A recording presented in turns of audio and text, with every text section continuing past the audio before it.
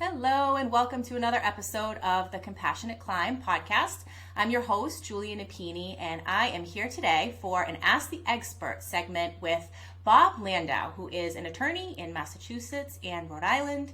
And I would appreciate, Bob, thanks for being here. If you could introduce yourself to the audience. My pleasure. Thanks for having me today, Julia. I appreciate it.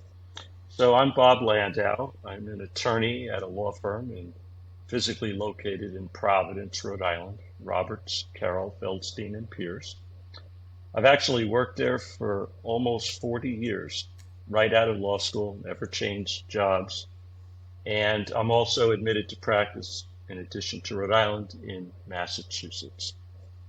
Wonderful. Well, part of the reason why I thought it would be extremely beneficial to have you on here today is you've obviously been very helpful to me. So I first discovered you a few years ago with a training that you were providing with Rick Reamer on ethics in the field of mental health and practitioners that are practicing. And it was very helpful, I'll be honest. It definitely intimidated me a little bit, got the gears turning.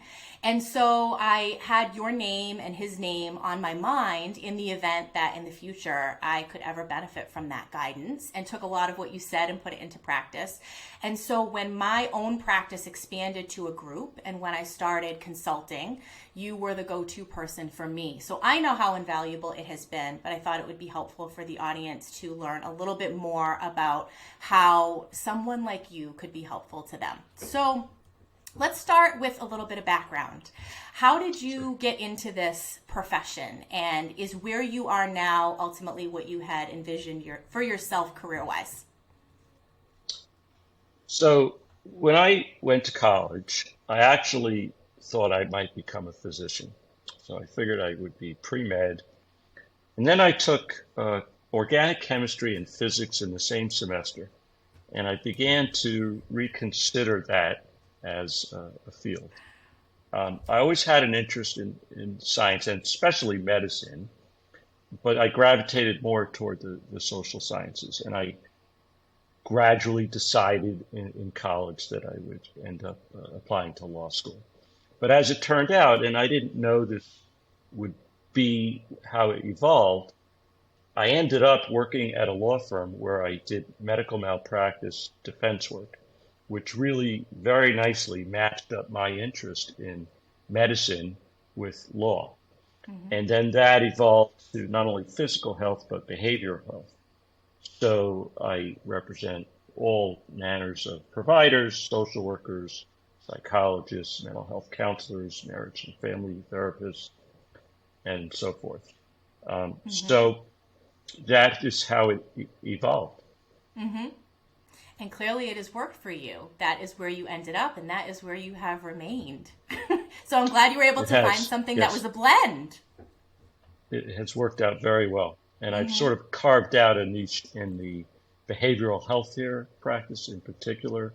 So you mentioned Rick Reamer. Mm-hmm. He and I are now co-presenting webinars basically on a monthly basis for a national organization called PESI, P-E-S-I, and they're full-day seminars that deal with ethics and law regarding risk management that would be applicable to behavioral health providers.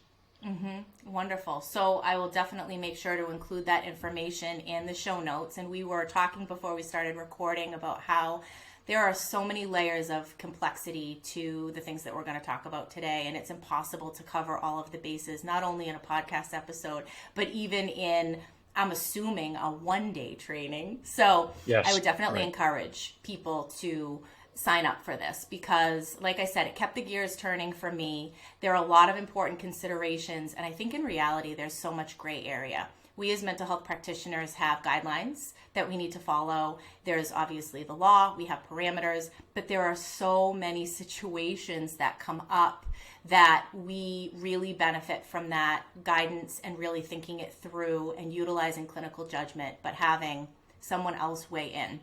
So what are some of the common situations that you are sought out for when it comes to a mental health practitioner? So there are three categories. And I know this can be a little scary and intimidating to those providers who are listening out there. Lawsuits, malpractice lawsuits is one point of contact. You get served with a summons and complaint.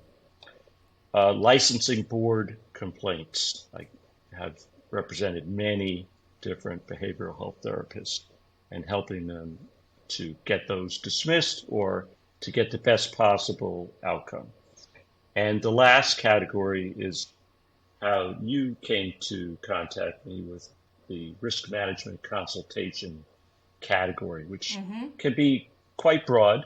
It depends how much the client is interested in covering, but I feel that I can bring to the table a lot of helpful advice, mostly geared toward minimizing the risk that you'll have to face a lawsuit or a board complaint. Okay, that's helpful. So if we broaden the scope to the firm in general, so that's your specialty. Is that a specialty Right. of the firm in and of itself, or is it broader than that? It is broader than that. We have a general practice law firm, and we do corporate and business work. We do commercial bank lending, bankruptcy. We have a labor and employment attorney who's excellent, and that actually overlaps on a number of levels with behavioral health providers, as you know. Absolutely. We also have trust and estate practice. We have real estate practice. It's fairly broad, and I don't get involved on the business side so much. And we also do other types of litigation, commercial litigation, general litigation, what's called insurance defense litigation, which goes beyond just malpractice matters. Okay. So it's fairly comprehensive. Okay.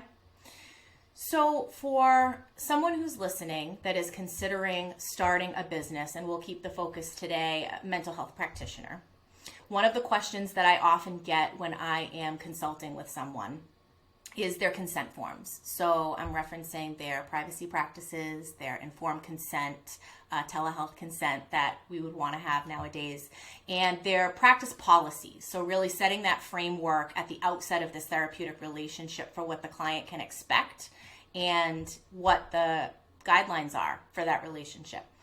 Do you recommend, and what would be the reasons if so, someone seek out an attorney to review those documents before sharing them with clients? Right.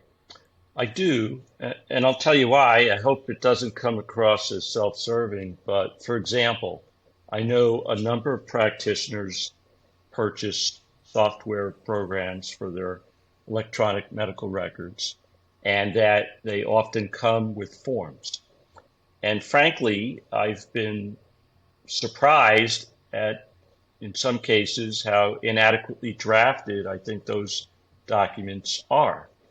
And these are documents that presumably the software providers have drafted for a national audience, so they don't necessarily give attention to nuances or variations that might have to be made to reflect state law requirements. That's one area. But even on the federal side, for example, there's something called a Notice of Privacy Practices form that every behavioral healthcare practice should use. And some of the ones I've seen are very bare bones, and I just don't think they're adequate. So I do think it's helpful to get a review by an attorney. What are some other things that are helpful to seek out legal guidance for in starting a business? I'm thinking selecting a business entity. Would that be one that you would recommend as well? Yes, absolutely. And a lot of this depends on the facts, right? So it depends how large your group is. If you just have one or two employees, if you have many, it depends where you practice, if it's multiple states or not. It depends on the nature of your practice. Some of the things I've come across occasionally is when a behavioral health practice wants to expand to ancillary areas. It might be yoga or mindfulness or more of an educational type of side practice. And I begin to get concerned when that happens because I don't want to confuse consumers. And when it's one thing to hold yourself out as a therapist and you're licensed in that area, but when you're also engaged in these ancillary practices, which may not even be licensed activities, including coaching, for example, then you need to be more cautious about the risks that are associated with that. So, and if you have a web presence, that can also be a factor. So that is certainly something that occurs. Sure. And I speak from personal experience. Another area that it's been helpful is when you are trying to clearly delineate those services and having a contract that you are having your client sign at the outset to be really clear about what that role is going to look like and how that's different than some of these other roles. And so that's another avenue. Anything that you can say to that piece, specifically those contracts? Again, it's helpful to have an attorney licensed in your jurisdiction to review these things.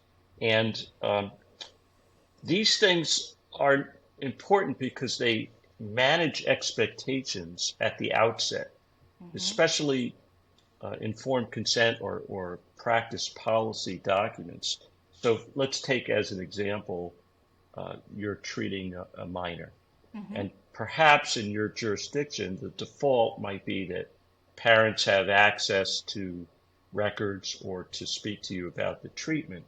But a therapist might be in a position to say, look, I need to establish a therapeutic alliance with your child.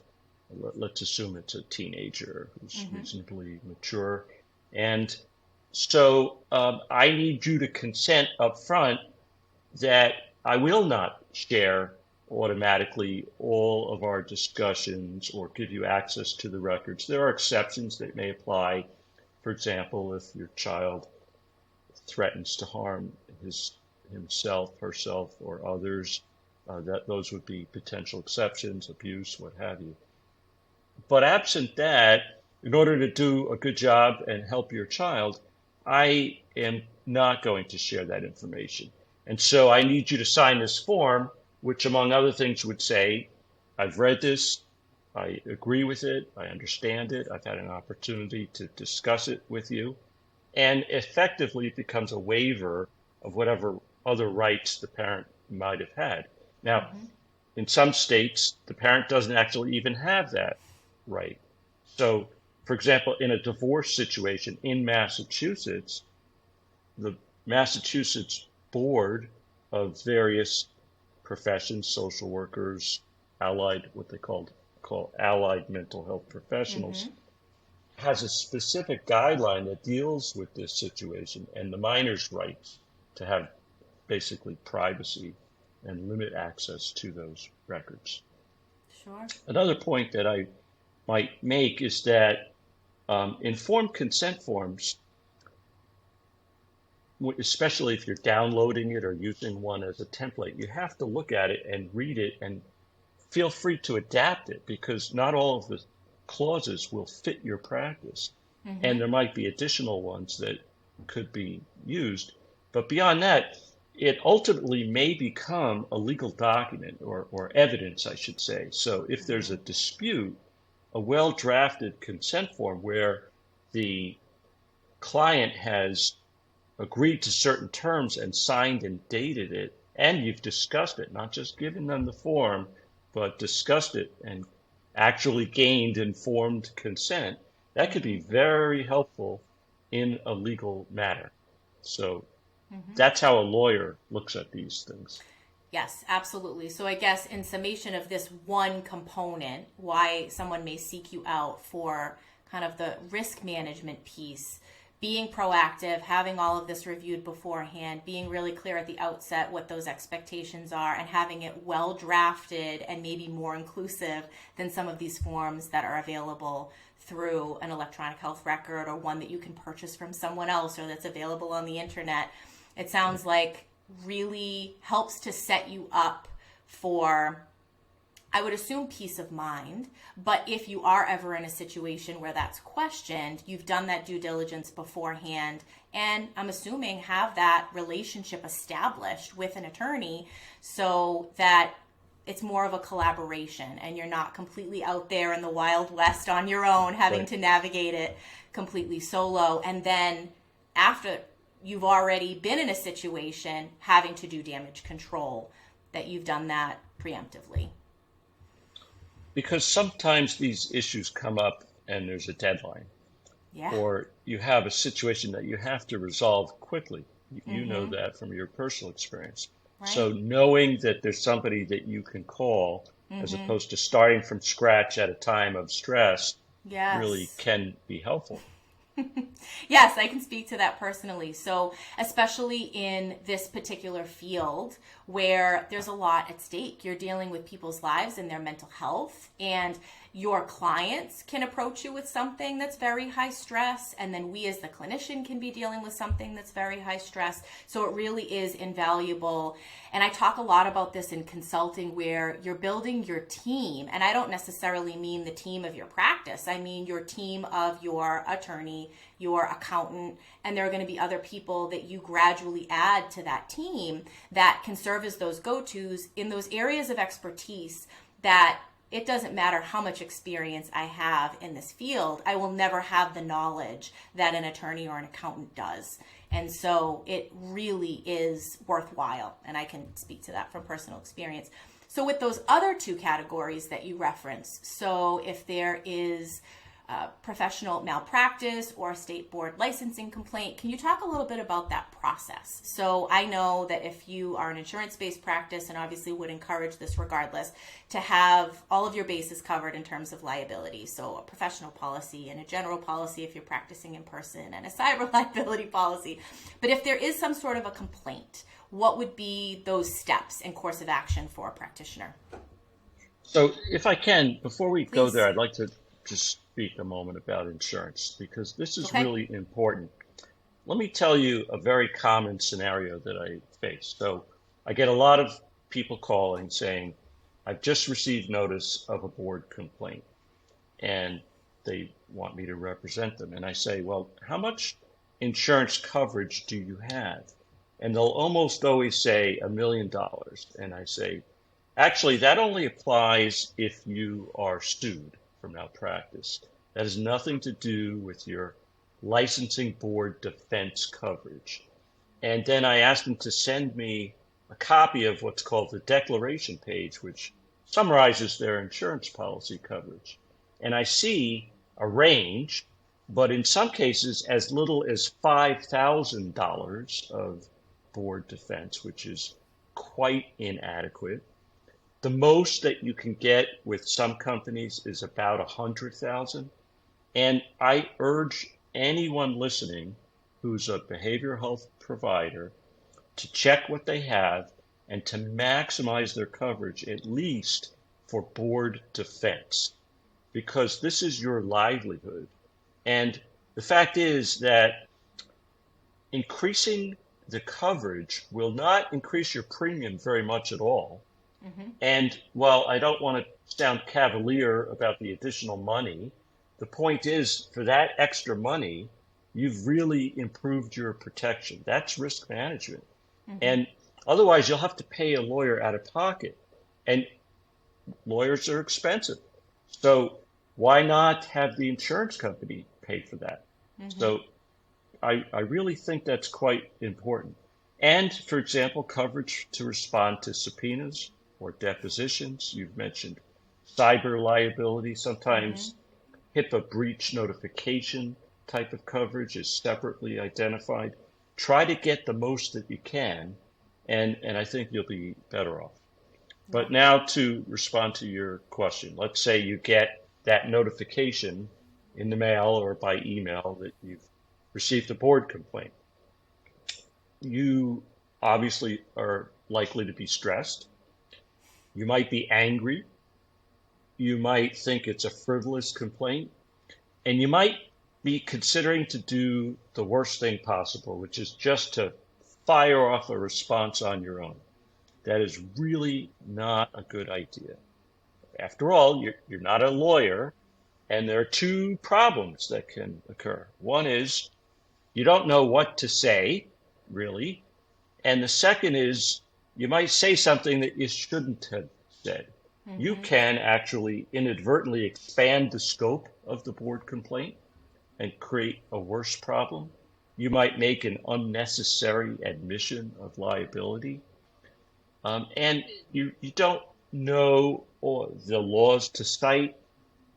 It's just a good idea to retain an attorney. And after all, if you've already paid your premiums, take advantage of that. The letter that you get won't say, contact a lawyer. It won't even necessarily say, contact your insurance carrier. But those are both things that you should do. In most cases, you can select your own attorney, but you probably still will have to get approval of the insurance company for a board complaint. For a lawsuit, the insurance company will assign an attorney for you from a pre-approved panel of defense counsel. Okay. But it's really important to pick somebody who's experienced in this area. So you might have a neighbor or a relative who does corporate law, or even some kind of litigation, but doesn't actually specialize in this area of practice. And that's a disservice to you if you use that person. They don't already know the law about HIPAA, for example, or the individual statutes or regulations of the state where you're practicing. So two important things: notify your carrier, and maybe at the same time, if you already know of somebody, say, I'd like so-and-so to represent me. Obviously, the attorney has to be admitted in the state where you practice, and then get that started, because there are deadlines to respond to this. Okay. Don't contact the board on your own. Let the lawyer do that for you. A lot of helpful information there. I appreciate that. So the first point that you made about maximizing the state board licensing limits, one of the biggest takeaways that I had from the training that I attended with you both was that. And I would also say the piece about really documenting as if that note is on the screen in front of a courtroom, and you now have to speak to everything that you wrote and consider it from your client's perspective reading it, but also consider it from a courtroom's perspective reading it. So that's really invaluable advice. What is the typical process from that point? So the licensing complaint, right. You're notified of it, you reach out to your carrier, you identify an attorney, and then from there, how does it typically go? I'll tell you how I handle it, and then I want to circle back because you touched on a really important point about the importance of documentation. That alone is a significant risk management tool. Okay. So this varies state to state in terms of how it works, but I'll tell you what my practice is. So I ask for a complete copy of the chart. Sometimes clients say to me, but I can't because of HIPAA. But there are exceptions under HIPAA, so you can provide this information to your attorney so the attorney can adequately represent you. And I mean everything. I don't just need progress notes. I want the entire chart. Demographic records, consent forms, practice policies, third-party records, correspondence, emails, text, billing records, the whole file, and the complaint. And I review it carefully. I then speak with the client in detail to review the allegations. Sometimes we do sort of a true-false test type of thing. Is this allegation correct, or is there some context missing?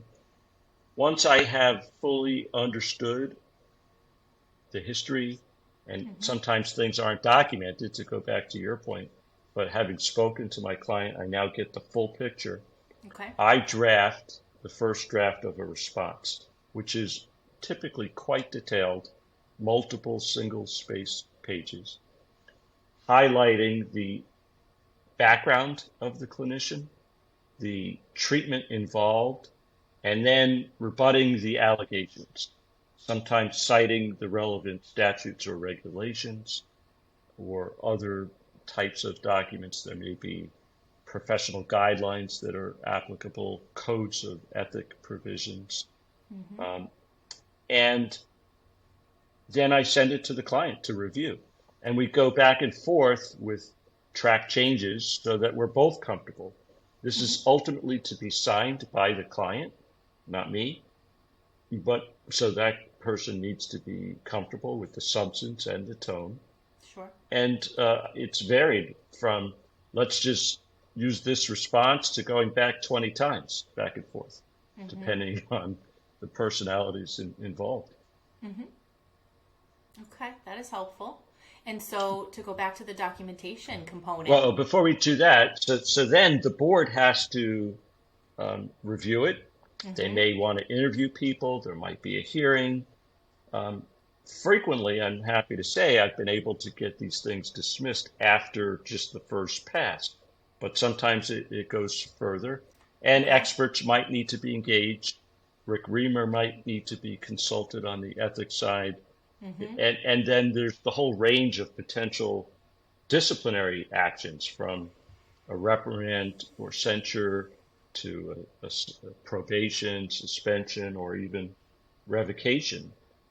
And so the lawyer also can play a role in negotiating a favorable either consent agreement or order, depending on the jurisdiction. That too is something that the lawyer brings to the table, because they may know the members of the board or the administrators of the board, and can help facilitate as best an outcome as possible. But ultimately, the clinician needs to know that if there's disciplinary action, that is something that's publicly available for people to access. Right. So you asked about documentation. I can't stress this too much. It is the name of the game. So to put it simply, when a plaintiff lawyer, that's the lawyer representing the client or the family of the client, decides whether or not to take a case in a lawsuit, the first thing they'll look at is your chart. And they're going to make a decision, both as lawyers, but also sending it out potentially to their experts, whether it's worth taking this on. So if your chart is well documented, and one can tell just by looking at your records what you were thinking clinically, why you did what you did, then that greatly increases the likelihood they'll say, I don't know that I can win this case. It's not worth bringing it. These are expensive cases to prosecute. Right. So I only want to do that if I have a strong sense I'm likely to win, and if I win, that I have a big verdict potentially to obtain. So that's how a plaintiff lawyer thinks. And they really do a deep dive into these records. They cherry pick what they think are favorable entries. And as you mentioned, in court or even in a board conference room, the chart can be displayed electronically on a large screen, and with special software, there can be enlargement of key sentences, phrases, with literally red or yellow arrows or highlighting, dramatically drawing your attention to just what that attorney wants you to see. Now, fortunately, the defense lawyer has the same opportunity. And if it's a well-drafted chart, they can say, great, they showed you that. Now let's look at the rest of the story. And we can defend the case from there. But it starts with the documentation.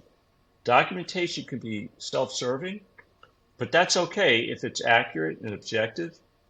And when you know that there's a chance something can go wrong, whether you have a potentially suicidal or homicidal client, or an angry parent, a child custody situation, a client who is threatening, who's not paying bills, who's not attending regularly, who has seen multiple therapists in a short time, who just, there's something about them, maybe they have borderline personality features.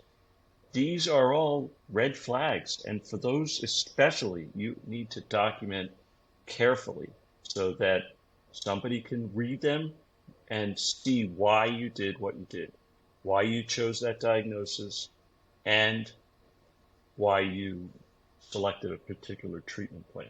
Mm-hmm. And if I could just add another risk management tool that's really important that we haven't discussed so much. We've talked about consulting with a lawyer and sometimes also with somebody like Rick Reamer, who's a national, international, really expert on ethics.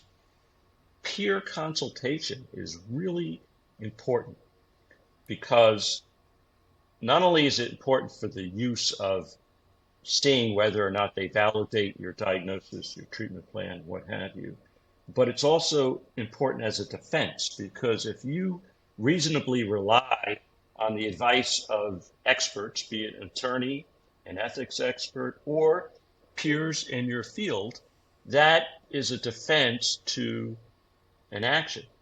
And really what this comes down to is, did you act reasonably at the time with what you knew under the circumstances?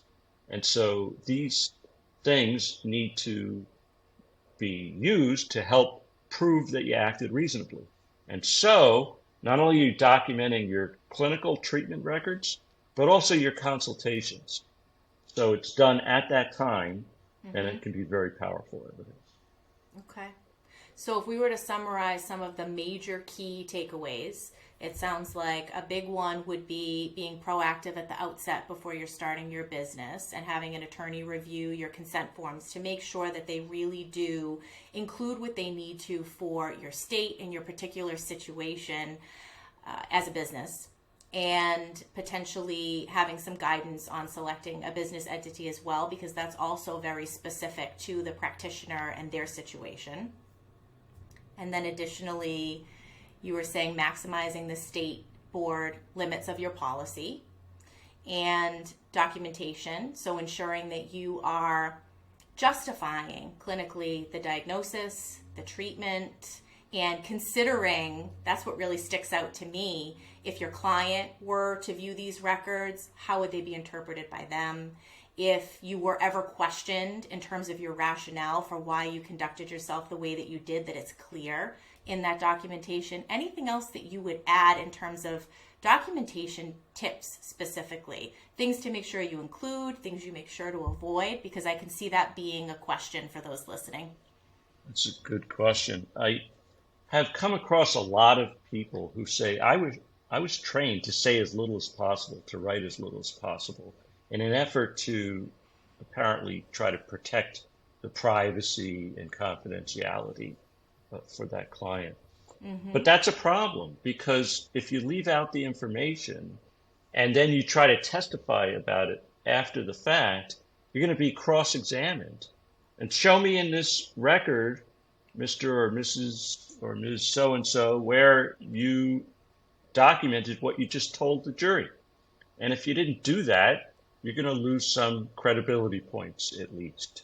So I think that lawyers maybe look at this a little bit differently, but I think most practitioners now understand that documentation can be a risk management tool, and you should not just write as little as possible.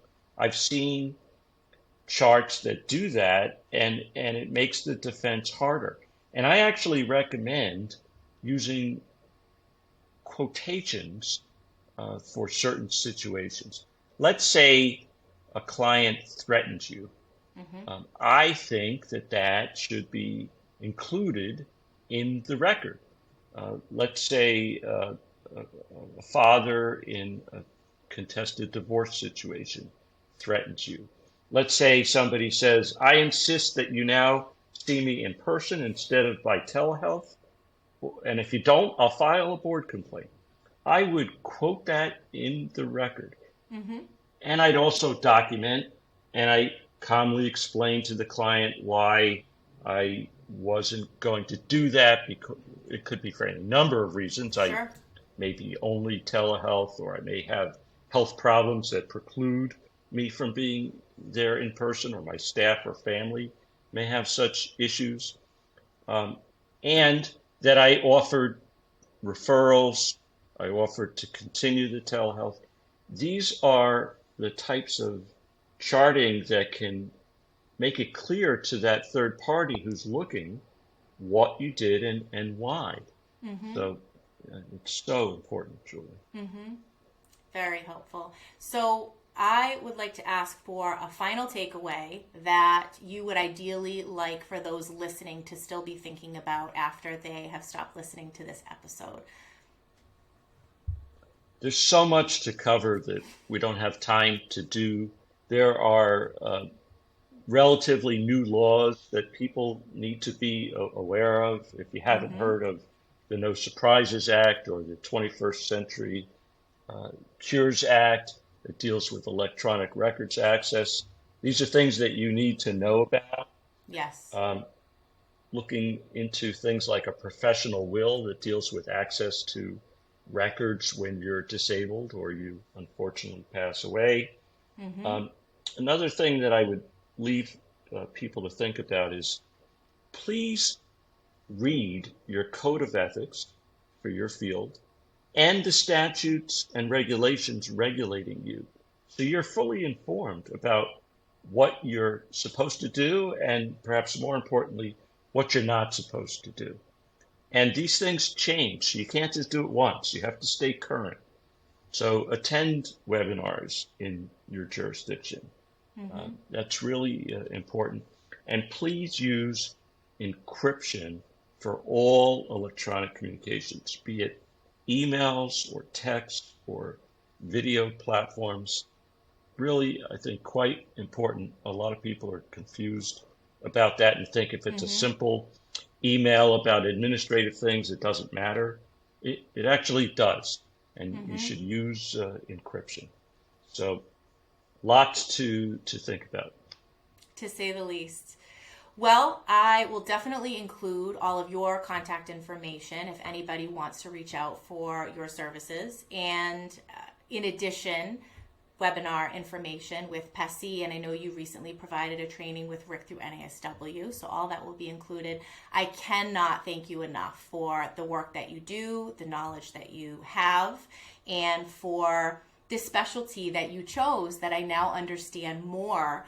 It is invaluable to have that guidance and that direction proactively, but also in situations that are inevitably going to come up. The longer you practice, the more people that you work with, the more clinicians that you hire. So thank you for all that you do, Bob. I appreciate it. Thank you, Julia. I enjoyed it.